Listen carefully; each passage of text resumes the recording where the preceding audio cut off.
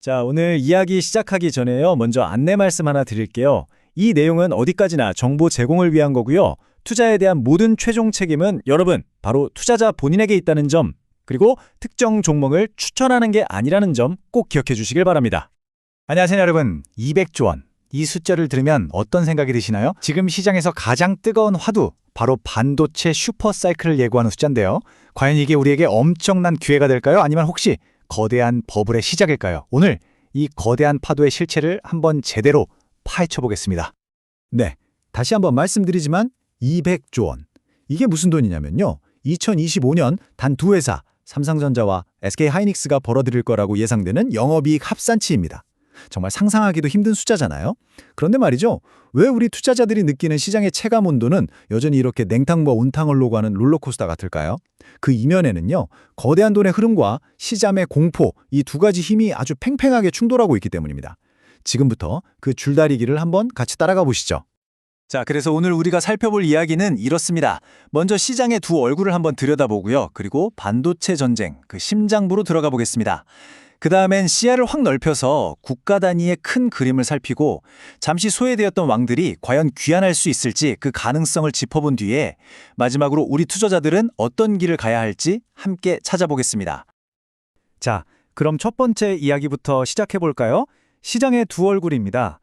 지금 시장은요, 한쪽에서는 정말 거대한 돈이 움직이고 있는데 다른 한쪽에서는 이거 AI 거품 아니야? 하는 공포가 시장을 마구 흔들고 있어요. 이 팽팽한 줄다리기, 과연 승자는 누가 될까요? 자, 먼저 긍정적인 신호부터 보시죠. 바로 머니무브입니다. 말 그대로 돈이 움직이고 있다는 거죠. 이 KB한국 부자 보고서를 보면요. 아주 의미심장한 변화가 보입니다. 대한민국 자산가들의 돈이 그동안 가장 안전하다고 여겨졌던 부동산을 떠나서 주식시장으로 거대한 물결을 이루면서 이동하고 있다는 거예요. 보세요. 무려 55%가 내년 최고의 투자처로 주식을 꼽았어요. 이건 시장의 펀더멘탈, 그러니까 기초 체력에 아주 강력한 연료가 팍팍 주입되고 있다는 신호로 볼 수 있습니다. 하지만 말이죠. 이렇게 거대한 자금이 들어오고 있는 것과는 정반대로 시장의 심리는 여전히 불안에 떨고 있습니다. 최근에 브로드컴이나 오라클 같은 빅테크 주가가 좀 흔들리니까 바로 AI 버블 논쟁이 다시 불붙었잖아요. 이 단기적인 공포가 과연 저 거대한 장기적인 자금의 흐름을 이길 수 있을까요? 자, 바로 이 질문에 대한 첫 번째 시험대가 곧 다가옵니다. 바로 현지 시각으로 12월 17일에 있을 마이크론의 실적 발표예요.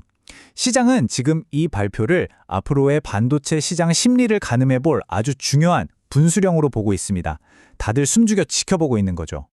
그럼 이제 전쟁의 심장부로 한번 들어가 보겠습니다.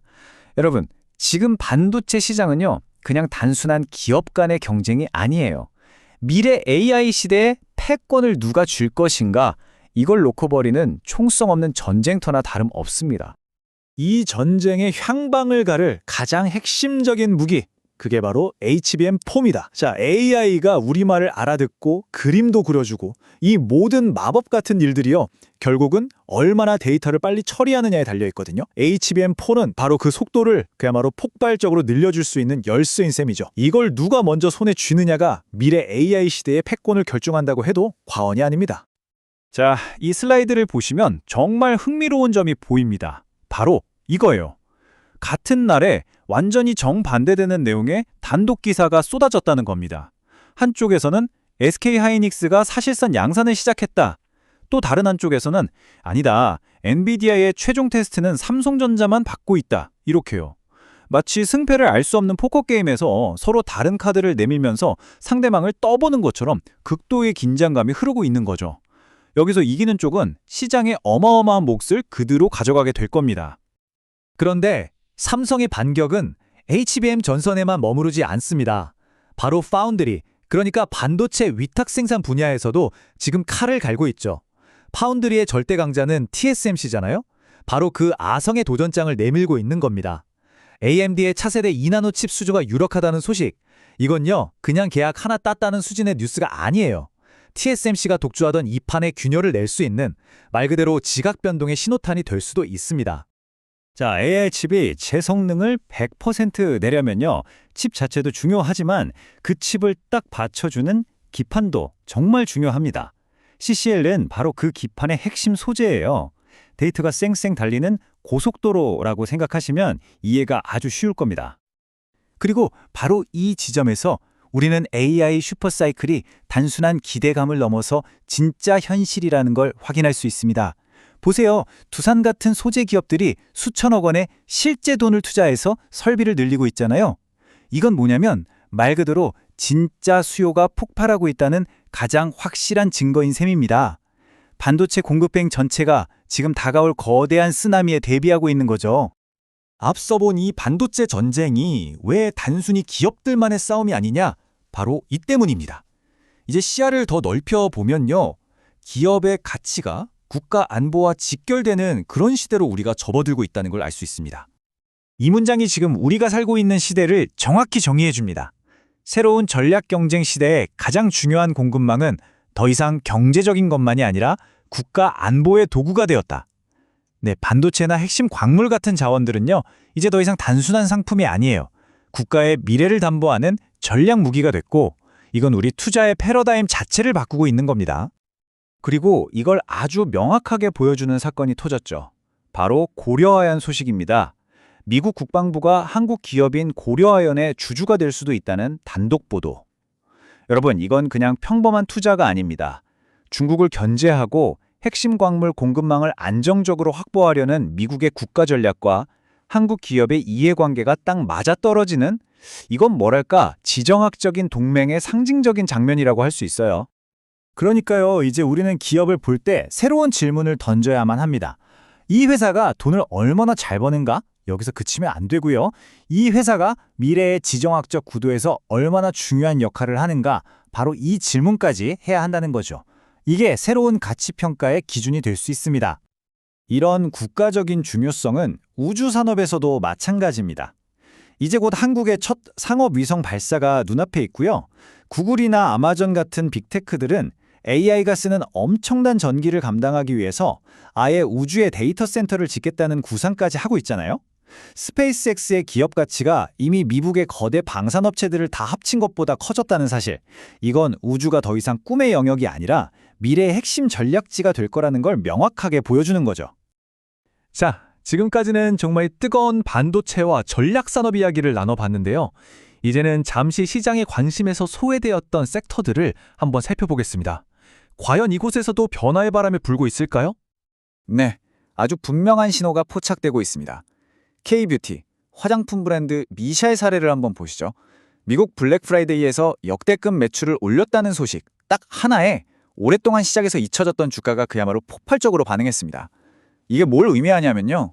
시장의 관심이 완전히 꺼져버린 것 같았던 섹터에서도 실적이라는 작은 불씨 하나만 던져지면 이렇게 거대한 불길로 타오를 수 있다는 걸 보여주는 아주 좋은 예입니다. 하지만 엔터주는 여전히 안개 속을 걷고 있는 것 같습니다. 중국의 한알령이 풀릴 수 있다는 기대감을 키웠던 대규모 K-팝 콘서트 추진 보도가 나왔었죠. 그런데 바로 다음 날 대통령실에서 확정된 바 없다고 공식적으로 부인했어요. 이렇게 희망과 현실이 계속 충돌하는 높은 불확실성. 이건 엔터 산업이 아직도 넘어야 할 지정학적 리스크가 얼마나 큰지를 여실히 보여주는 대목입니다. 자, 지금까지 머니무브와 AI 버블, 반도체 전쟁과 지정학, 그리고 소외됐던 왕들의 이야기까지 정말 복잡하게 얽힌 실차래 같죠? 이 속에서 우리 투자자들은 과연 어떤 길을 찾아야 할까요? 핵심만 딱 정리해 보겠습니다. 자, 20년 넘게 이 시장의 파도를 넘어온 제 경험에 비추어서 4가지 핵심을 딱 짚어드릴게요. 첫째, 나무가 아니라 숲을 보셔야 합니다. 단기적인 공포라는 바람소리에 흔들리지 마시고 200조 원의 영업이익이라는 거대한 숲의 크기를 믿으셔야 해요. 둘째, HBM4 잔쟁의 승자가 누가 될지 계속 주시하세요. 내년 1분기에 나올 엔비디아의 최종 선택이 앞으로 5년, 어쩌면 10년의 반도체 시장 판도를 결정할 겁니다. 셋째, 가치평가의 기준을 넓히세요. 고려아연처럼 국가 전략의 핵심 퍼즐 조각이 된 기업은 이제 새로운 프리미엄을 받을 자격이 충분합니다. 마지막으로 기회는 의외의 곳에 있다는 걸 기억하세요. 실적이 확실하게 확인된 소비재처럼 시장의 관심 밖에서 조용히 힘을 키우고 있는 그런 기업들을 찾아내야 합니다. 결국 선택은 하나로 모아지는 것 같습니다. 시장의 변동성이라는 짧은 파도에 올라타실 건가요? 아니면 반도체 슈퍼사이클이라는 거대한 조류의 흐름을 타실 건가요? 이 질문에 대한 여러분 각자의 답이 내년 한 해의 투자 결과를 결정하게 될 겁니다. 이상 주식으로 세상 이야기였습니다.